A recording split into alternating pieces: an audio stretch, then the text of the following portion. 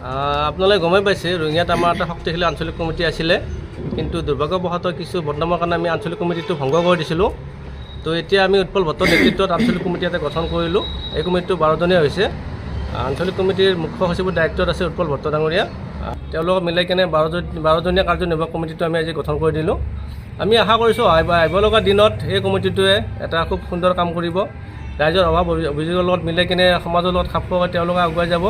তো এইখিনি আমি আশা কৰি এই কমিটিৰ পৰা আশা কৰিছোঁ। বিলাসিত থানা ৰঙিয়া আঞ্চলিক কমিটিৰ মই নামকেইটা কৈ দিছোঁ আপোনালোকক। সভাপতি আছে হীৰকজ্যোতি কলিতা, উপসভাপতি অঞ্জন চৌধুৰী, মুখ্য সচিব উৎপল ভট্ট, স্বাস্থ্য সচিব জাকিৰ হুছেইন, তথ্য প্ৰচাৰ সচিব টিংকু ভট্ট, প্ৰশাসনিক সচিব অখিল লহকৰ, সাংস্কৃতিক সচিব অৰূপ ডেকা, ক্ৰীড়া সচিব কামাল হুছেইন, কাৰ্যালয় সচিব ৰাজীৱ আহমেদ, বিত্ত সচিব ৰাজু কলিতা, সাংগঠনিক সচিব তিলক দাস, শিক্ষা সচিব ধনজিৎ দাস। আমি আশা কৰিছোঁ এই টীমটোৱে খুব সুন্দৰভাৱে কাম কৰিব। কামৰূপ জিলা গ্ৰাম্য কমিটিৰ সভাপতি ডাঙৰীয়াই মোক এটা গধুৰ দায়িত্বভাৰ দিলে, মুখ্য সচিব।